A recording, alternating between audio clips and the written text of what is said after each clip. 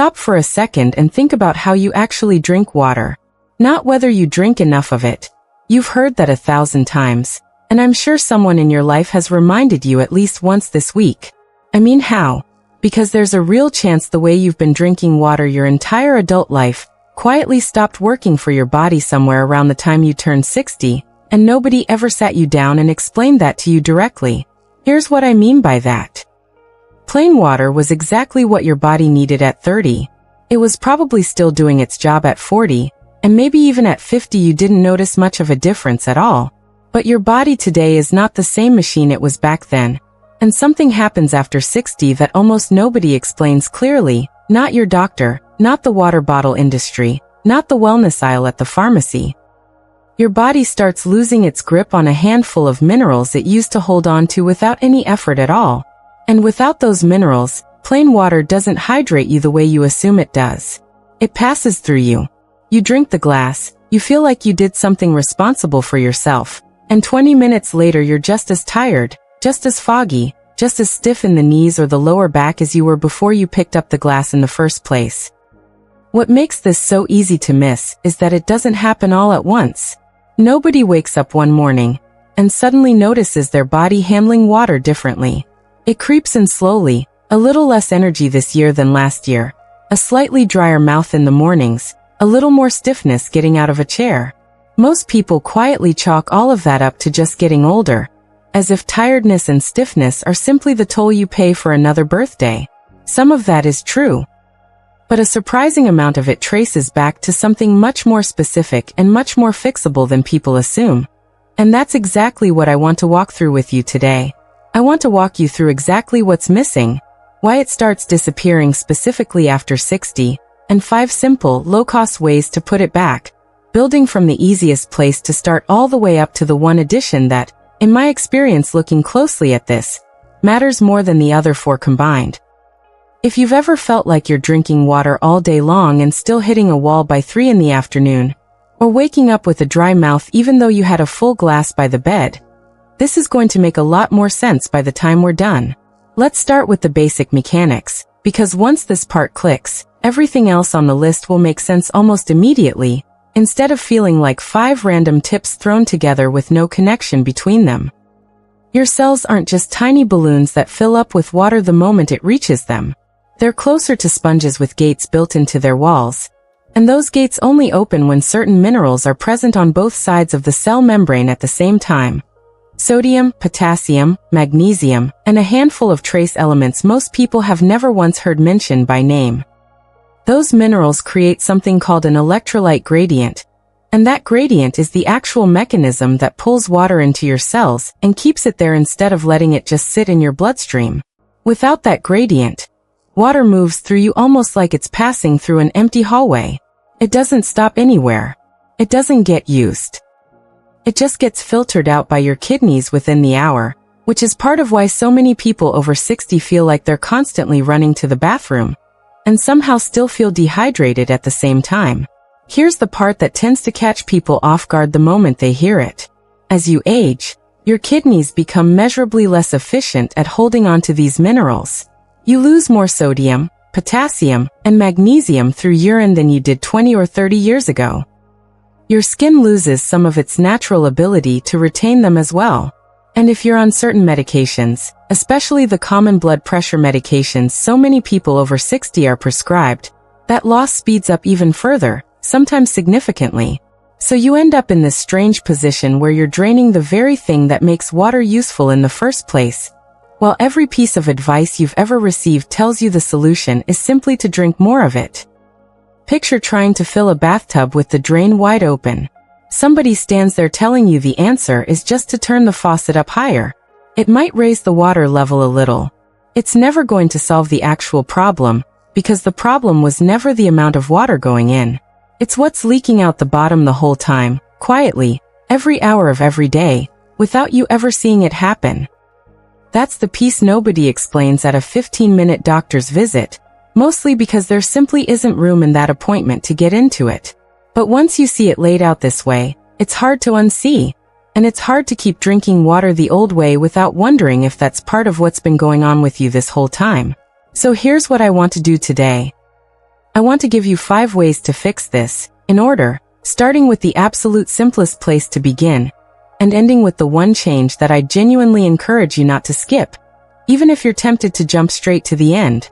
There are 5 pieces to this altogether. The first is something you already own, and have probably never thought to add to a glass of water.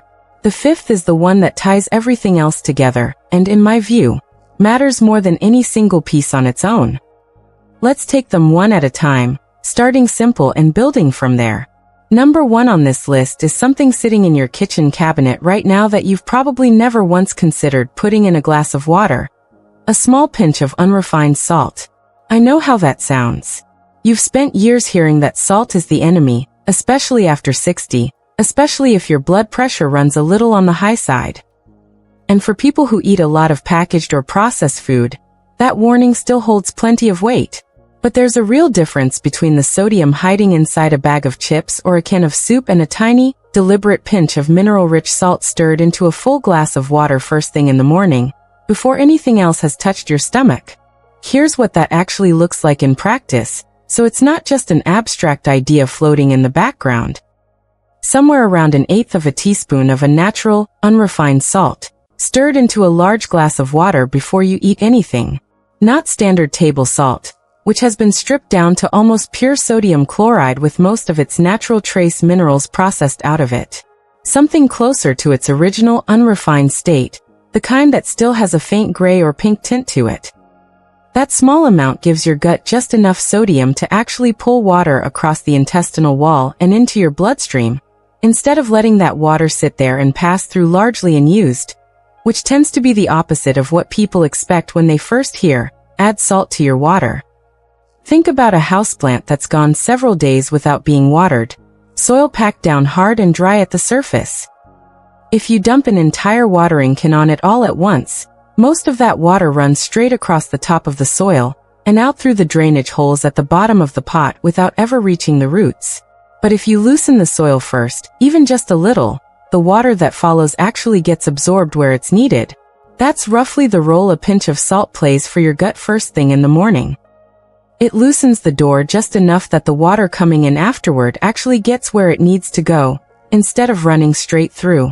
If you already manage your blood pressure closely, this is worth mentioning to whoever oversees your care, simply so it fits properly alongside anything else you're doing. For most people without that concern, though a small pinch once a day is about as gentle and low-risk a place to start as you'll find on this entire list, and it takes all of 10 seconds to add.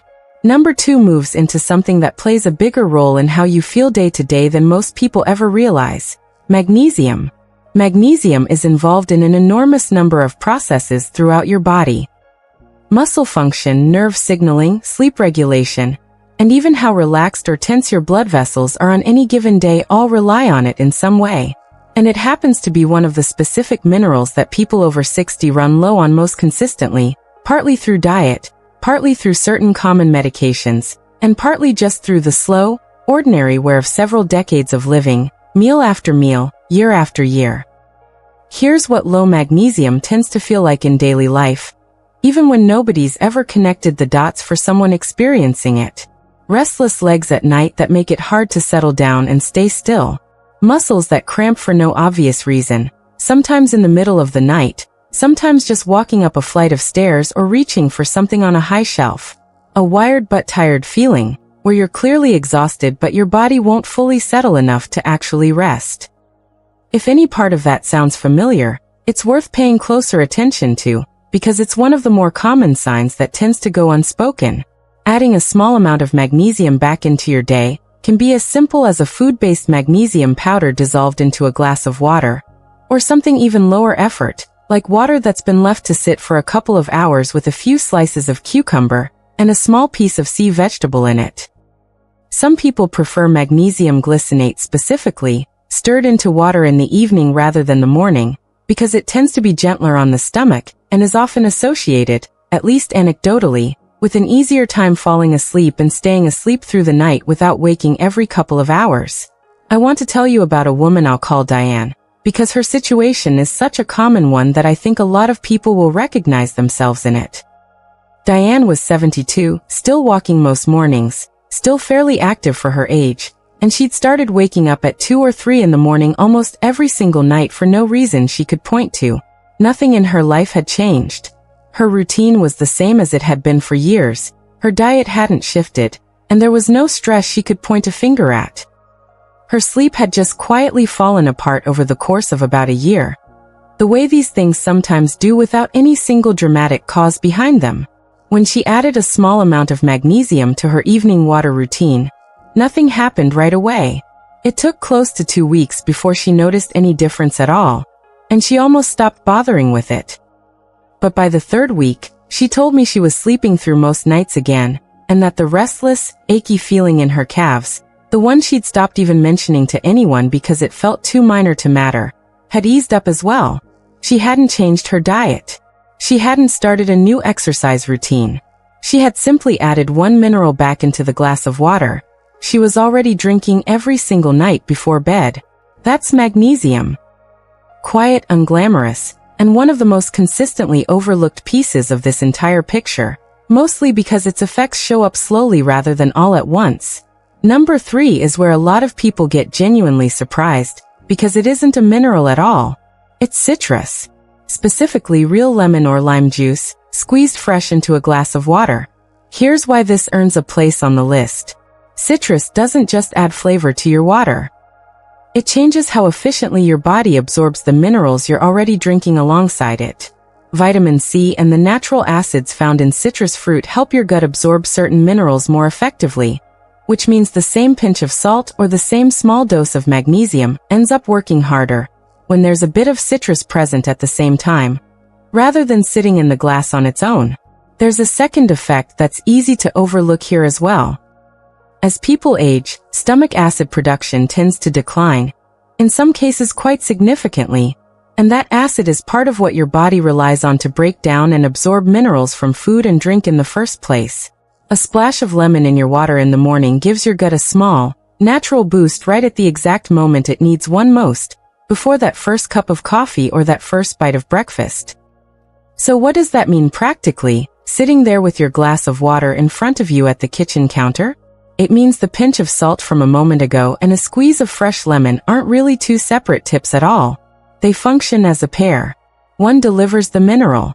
The other helps your body actually put it to use, rather than letting it pass through unabsorbed the way plain water so often does on its own. For most people, half a lemon squeezed into a large glass of water once in the morning is enough to notice a difference over the course of a few weeks. It won't taste dramatic, and you're not going to feel a sudden jolt of anything the way a cup of coffee might give you. It works quietly, in the background, the same way most of the pieces on this list do, which is exactly why it's so easy to underestimate. Now here's something worth pausing on for a moment, because it connects directly to everything we've covered so far. This whole picture is a gradual, cumulative shift, not one single dramatic fix. And that's exactly why I want to take a second right here, because in a moment we're going to get into the 2 pieces that matter the most, and it helps to actually hold on to everything we've covered rather than letting it slide past while you're half listening. If you want an easy way to find your way back to this later, this is a good moment to save the video, or to drop a quick comment with which of the first 3 you're planning to try, just so you've got a marker to return to when you're ready to actually put any of this into practice rather than just nodding along and forgetting it by dinner. Alright. Let's keep moving because numbers 4 and 5 are where the real shift happens, and where a lot of the bigger changes I've seen tend to come from. Number 4 is potassium, and out of everything on this list, I think it's the mineral that gets the least credit for how much it actually does behind the scenes. Potassium and sodium work together almost like 2 ends of a seesaw inside your body. Sodium pulls water in one direction, potassium balances that pull back the other way, and together they help regulate blood pressure, muscle contraction, and nerve signaling throughout your entire body, including the one muscle that matters more than any other, your heart, which never stops relying on that balance for even a moment. After 60, potassium levels tend to drift lower for a handful of reasons that often stack on top of each other. Diet shift, sometimes gradually and without anyone really noticing, toward softer, more processed foods that are naturally lower in potassium than fresh produce. Certain blood pressure medications increase how much potassium your body loses through urine. And your kidneys themselves, as we talked about earlier, become slightly less efficient at holding on to potassium, the same way they do with sodium and magnesium, compounding the problem from more than one direction at once. Here's what that tends to look like when it shows up in real, everyday life. A low background kind of fatigue that doesn't seem to have any clear cause behind it. Muscles that feel weaker than they used to, even in people who are still reasonably active and haven't changed their routine at all. Occasional heart flutters that come and go without warning and never seem to have an obvious explanation attached to them. The kind that make you pause for a second, but usually pass before you think to mention them to anyone. Coconut water is one of the simplest, most accessible ways to add potassium back into your daily routine, because it delivers potassium in a form your body absorbs easily, without the added sugar found in most sports drinks and flavored electrolyte mixes lining store shelves. A small glass, somewhere around 4 to 8 ounces, replacing 1 glass of plain water a day, is generally enough to make a difference over time. If coconut water isn't something you enjoy or isn't easy to find where you are, a small piece of banana or a few orange slices left to sit in your water pitcher throughout the day accomplishes something fairly similar, just more gradually and gently. The pairing tip here is a simple one.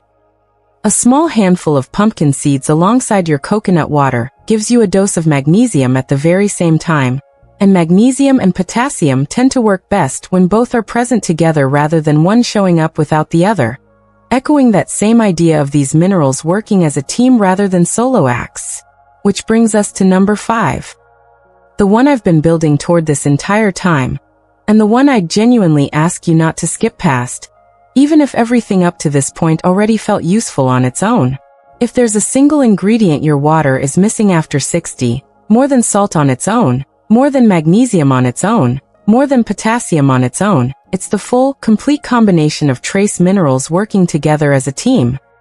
Sometimes this gets called your electrolyte balance, but really it just means the entire set of minerals your body is quietly losing a little more of with each passing year, in overlapping amounts, all at once. Here's why this matters more than any single piece we've talked about so far. Your body doesn't use sodium, potassium, and magnesium as separate, unrelated ingredients sitting in different corners of a chemistry set. It uses them together, constantly, in a kind of coordinated rhythm that never really stops, day or night. Adding just one back into your routine without the others is a little like repairing one wheel on a car, and leaving the other 3 flat. It helps a little. It doesn't fix the ride, and it definitely doesn't get you very far down the road. This is exactly why so many people try one single fix. A bit more salt here, a magnesium supplement there, a banana added to breakfast, and notice a small improvement before hitting a plateau that never quite goes any further no matter how long they stick with it. The missing piece usually isn't the wrong mineral. It's that the minerals were never being replaced together as a full team in the first place, so the body keeps compensating in one area while still running short in another, and the improvement stalls out well before it should. The simplest way to address this directly is a full-spectrum mineral drop or powder, the kind that includes trace minerals alongside the 3 main ones we've discussed, added into your water once a day. Look for a product that lists actual mineral sources on the label, rather than a long string of unpronounceable additives you can't picture in your head or explain to anyone. A few drops or a small scoop, stirred into your morning water is usually all it takes to get started, and it fits easily into a routine you already have. I think often about a man named Walter, 78 years old, who told me he'd tried nearly everything over the years. More water, less coffee, a daily walk he never missed, rain or shine, no matter how he felt that morning. And he still felt, in his own words, like he was running on half a battery most afternoons, no matter what he adjusted or how disciplined he was about it. When he started adding a trace mineral blend to his water each morning, he didn't notice a single thing during the first week, and he nearly gave up on it entirely, telling his daughter it was probably just another thing that wouldn't work. By the second week, though, he mentioned, almost as an afterthought, that his usual afternoon slump had mostly disappeared. By the 4th week, he said something that has stuck with me ever since. He said it felt like his body had finally stopped fighting him. That's the real difference between adding one mineral in isolation and restoring the whole system as a team. It isn't about chasing a single number on a label or fixating on one ingredient at the expense of the rest. It's about giving your body the complete set of tools it actually needs to make use of the water you're already drinking every single day, instead of leaving that water to pass through mostly unused, the way it so often does when even one piece of the puzzle is missing. So let's bring all 5 of these together, because I don't want you walking away from this with just a checklist you'll forget by tomorrow afternoon, half remembered and never actually tried. After 60, your body isn't failing you, and it isn't betraying you either. It's asking for a little more support than it used to need, in a way that's specific, identifiable, and genuinely easy to address once you know what you're looking for and where to look. The salt, the magnesium, the citrus, the potassium, and the full mineral balance underneath all 4 of them. None of these require you to overhaul your life, spend a fortune, or add complicated new routines to an already full day. They're small, deliberate additions to something you're already doing constantly, which is drinking water, glass after glass, day after day, without ever thinking twice about it. What actually changes here isn't the water itself. It's what that water is able to do once your body finally has what it needs to use it properly. That's the real difference between going through the motions of staying hydrated and actually feeling the effect of it. More steady energy that carries you through the afternoon instead of dropping off a cliff around 2 or 3 o'clock. Fewer restless nights spent staring at the ceiling, waiting for sleep that won't come. Muscles that don't seize up out of nowhere on a walk or halfway through a flight of stairs you've climbed 1,000 times before. A little more clarity in your thinking by the time evening rolls around, instead of that familiar mental fog settling in earlier and earlier each year. None of this is about chasing youth, or pretending that 60, 70, or 80 feels the same as 30 once did. It's about giving your body what it's actually asking for at this particular stage of life, instead of relying on habits that worked decades ago and simply assuming they still do the same job. That's a small shift in how you think about it, but it tends to open the door to a lot of other small, good decisions once you actually make it, one glass of water at a time. If any part of this was useful to you today, it would genuinely help to hit like on this video, because that's the simplest way it reaches other people quietly dealing with the exact same unexplained tiredness, the same restless nights, who just haven't had anyone connect these particular dots for them yet. If you're new here, consider subscribing because this is exactly the kind of thing I plan to keep digging into, practical, specific, small changes that actually add up over time, without a lot of noise or hype attached to them.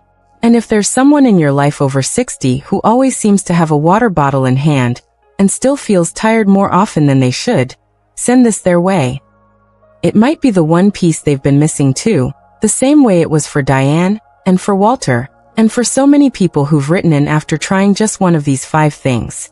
Before you go, I'd genuinely love to know, of the 5 things we covered today, which one are you going to try first? Drop it in the comments below.